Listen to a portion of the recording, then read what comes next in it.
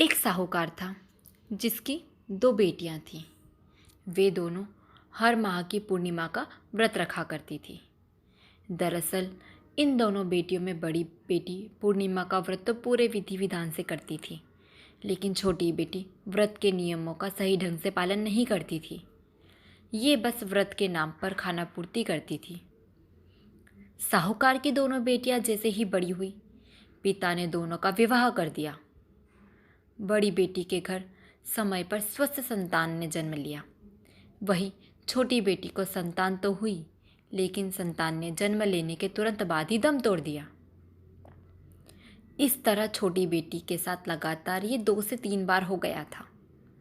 फिर उसने एक ब्राह्मण को बुलाकर अपनी पूरी गाथा सुनाई और इसके उपचार में उपाय बताने के लिए कहा।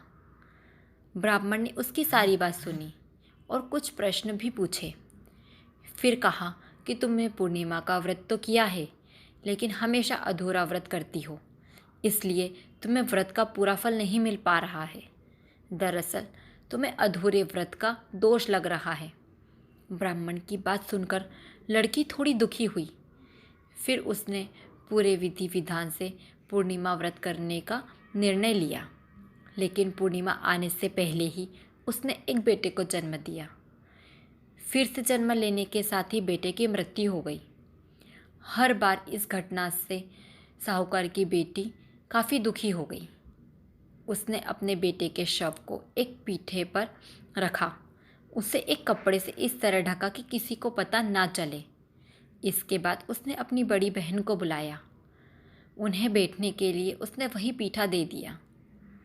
जैसे ही बड़ी बहन उस पीठे पर बैठने लगी तो उसके लहंगे का एक हिस्सा बच्चे में स्पर्श हुआ और वह जीवित होकर रोने लगा। बच्चे की रोने की आवाज़ सुन बड़ी बहन घबरा गई। फिर छोटी बहन को उसने डांट लगाई। बड़ी बहन ने क्रोधित होकर कहा कि ये तुमने क्या किया? क्या तुम मुझ पर इस बच्चे की हत्या का कलंक लगाना चाहती हो? मेरे बैठने से अगर बच्चे की मृत्यु हो जाती तो? बहन के गुस्से को नियंत्रित करते हुए छोटी बहन ने उत्तर दिया, यह बच्चा तो मरा हुआ ही था। दीदी, तुम्हारे स्पर्श से ही तो यह पुनर्जीवित हुआ है। हर पूर्णिमा पर जो तुम व्रत और तप किया करती थी, उसके कारण तुम्हें वरदान प्राप्त है। तुम पवित्र हो गई हो। दीदी, अब मैं भी तुम्हारी तरह शरद पूर्णिमा व्रत पर विधि विधान से पूजन करूँगी। तभी से साहूकार की छोटी बेटी ने पूर्णिमा का नियम व्रत अनुसार करने लगी। इसके बाद इस व्रत के महत्व और फल का प्रचार पूरे नगर में प्रसिद्ध हुआ।